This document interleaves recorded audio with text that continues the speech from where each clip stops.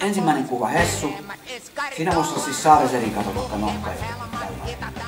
Joko opa tulisi tuolta Jugendtalosta, tai sitten siinä on tori tai joku, siis semmoinen vähän arvokkaampi paikka. Taas Hessu istuu autossa, niin opa on tässä niinku seisoo vieressä ja näyttää salkkua.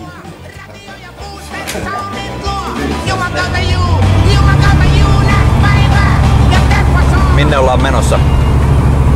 Ollaan menossa Pyynikille, varmaan Suomen trikoo tehtaiden kylkeen ottaa vähän valokuvia. Ja mikä merkitys sillä paikalla on Kummelille?